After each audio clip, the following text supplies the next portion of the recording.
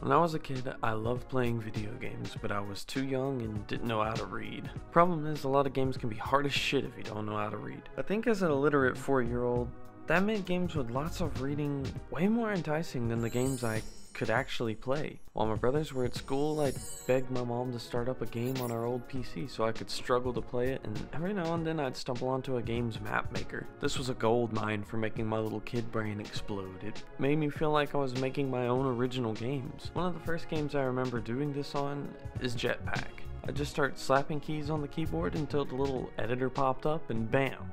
Jetpack came out in 1993 when playing a game on PC probably meant you were playing on something that looked like this.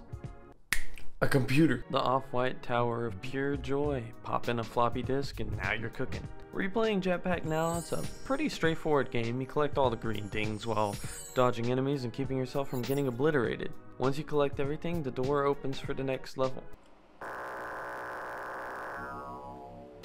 The level editor is simple. It gives you different types of tiles to design another maze-like map and enemies you can place down to guard your little green things. To my young, uneducated child self, this meant I could make some really batshit levels, impossible design, and insane enemy placements to try and stop my brother from being able to beat it. However, they usually could, but that didn't stop me from trying. The next leg in my journey was Age of Empires. It opened my imagination up to creating my own little war scenarios and, again, devious new ways to defeat my brother. Age of Empires' map maker was a lot more complex, allowing you to place different types of buildings, units, and terrains. I don't know how I ever managed to create anything as a kid though. Even now it feels too complicated to just pick up and use, but it's a really nice simplified version of the engine and gives you a lot of options. You can even script the AI to create interactions with them and build your own campaigns with story. I'm sure I mostly just made lines and lines of walls for my brother to plow through before he could overtake the enemy town center. Now my brother was much more advanced and was trying RPG Maker 2000.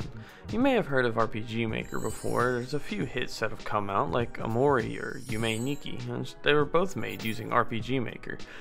It's a pretty in-depth game engine and it's pretty affordable. Although I'm sure we got it through the old online 5-finger discount. But it allowed you to create games just as in-depth as any other old-style JRPG at the time. Thinking about all these memories made me wonder where it went. There's still a handful of games that let you make your own characters, maps, and campaigns with ease, but it feels like it's not as standard as it used to be. You could boot up almost any multiplayer PC game developed pre-2010 and find custom maps in the server browser, which also isn't a very present thing in modern games. So I decided to take a look into it a bit and try to figure out where it went, and see where it all started.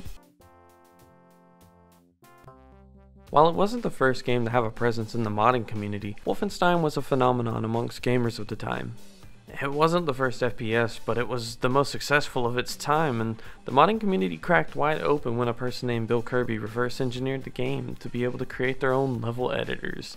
He made Map Edit and Wolf Edit, which let users design their own maps and create their own textures and sound bites. This kept the game's community alive long after its release, with more community-made content.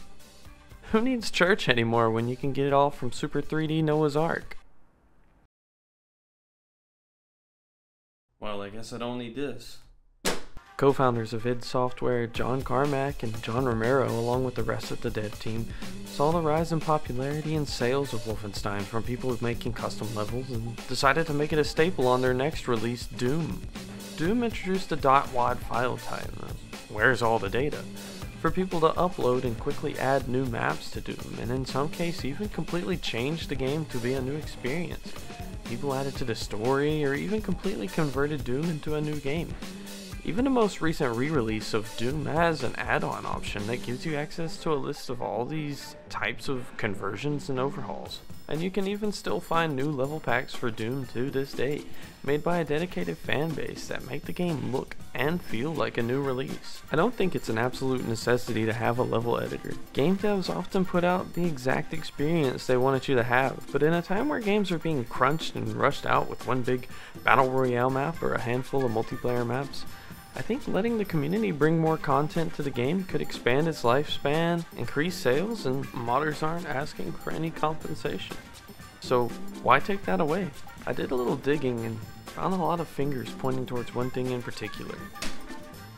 But could it really be that big corporations would take away people's ability to have fun custom content all for the sake of generating more big greens? Yeah. While it'd be cynical to say money is the only factor, it does play a big role in the choice. Before, online services like Steam were given, new maps and content were usually released as another retail release, which would usually release after a healthy amount of time passed from the original release. And the original game would have plenty of content for people to play, and fan-made content would just pad that out and increase the longevity in sales. When that died down, devs could release another expansion pack containing new gameplay elements and new maps. This was the routine in the 90s and early 2000s, so what changed to make custom content less common? A few things. One mainly being the rise of the console market.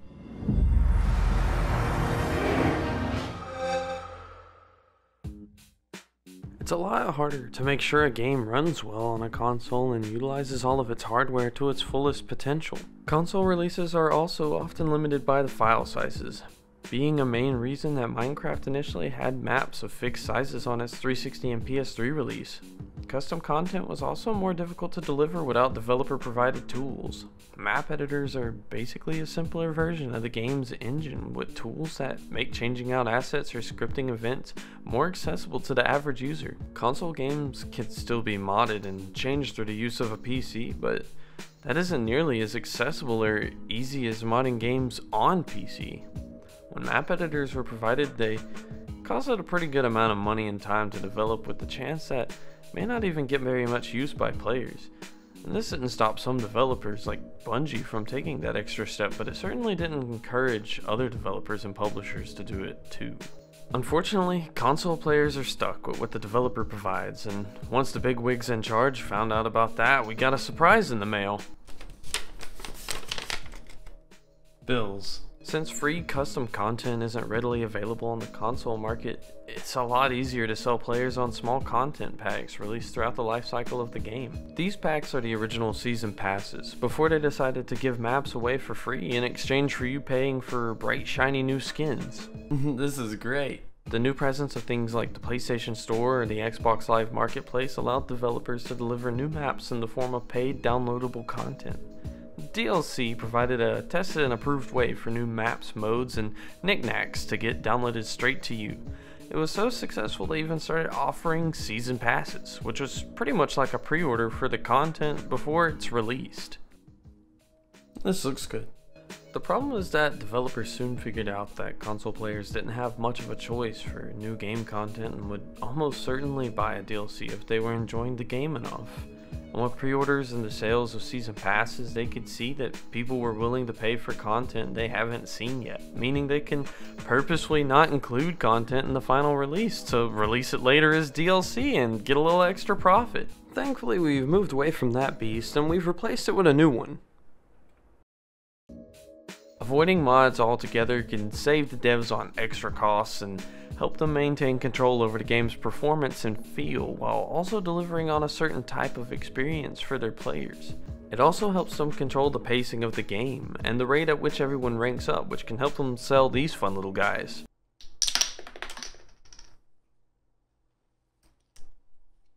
The XP boosters. You can pay a premium fee and now you can unlock access to all the content you already paid for.